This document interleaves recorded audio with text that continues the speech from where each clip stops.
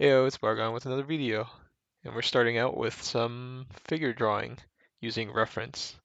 And I try to get a variety of poses, like sitting, standing, and like interacting with objects, because I have troubles with figures with interacting with objects, so putting them in there is good practice. And trying to uh, simplify them to be like box shapes so you could like place the hands on it, on objects, or like sit them down. And yeah, try to have a variety of poses for some warm up.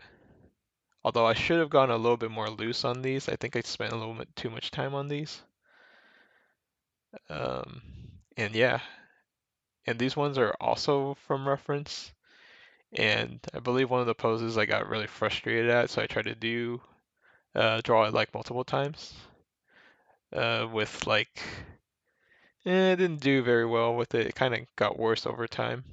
But yeah, here I believe I'll try to draw. I think these are from imagination because I think I felt like I warmed up enough, so trying a bit of from imagination, trying to foreshorten that arm. Yeah, mixing things up. Yeah, doesn't look very good, but gotta try sometimes. And yep, drawing a head, of course, just to remind myself how to draw heads, because sometimes I forget. Yeah, I believe here I tried to draw a pose from imagination, try to turn it into a character. Turned out, I believe it turned out all right, but eh.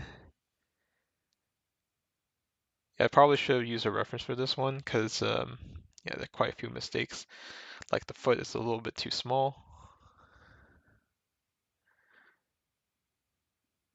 This is a really awkward pose to have now I think about it.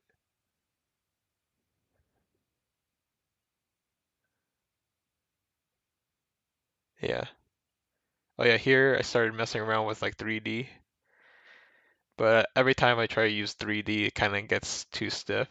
And this is I'm using a software called Clip Paint Studios, which they have these little dolls that you could pose and stuff, and then spin around and turn around the camera.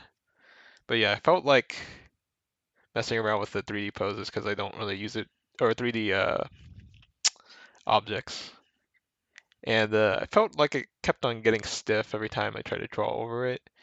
So I think it's good to like initially like draw over it and then like draw it again, but without using the 3D models. And I believe I do it here.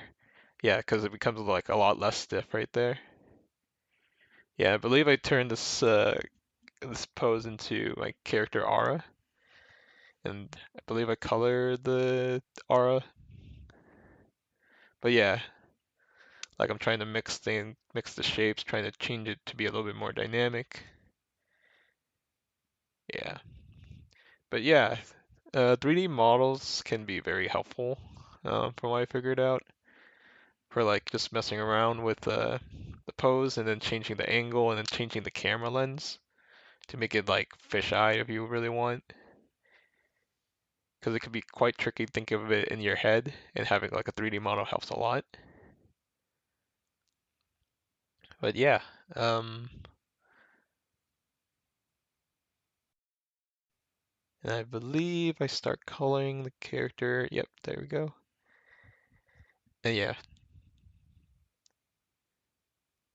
messing around with the lighting. I was struggling with the lighting, so I used the 3D model to figure out the lighting scenario that I want. But yeah, you could also like change some of the proportions on the figure as well in Clip Paint Studio, which can be helpful to make different types of characters that you want. I believe you could change like the musculature of the characters. Although I wish it had a little bit more finer controls, but it's good for like what it does. Then putting in the finishing touches here and there. And I believe you could change the color of the lighting as well on the the 3D model, and then deepen the shadows and like make it darker shadows if you wanted to. But yeah, I think that's about it for the end of the video. Thanks for watching, guys. See you later. Bye bye.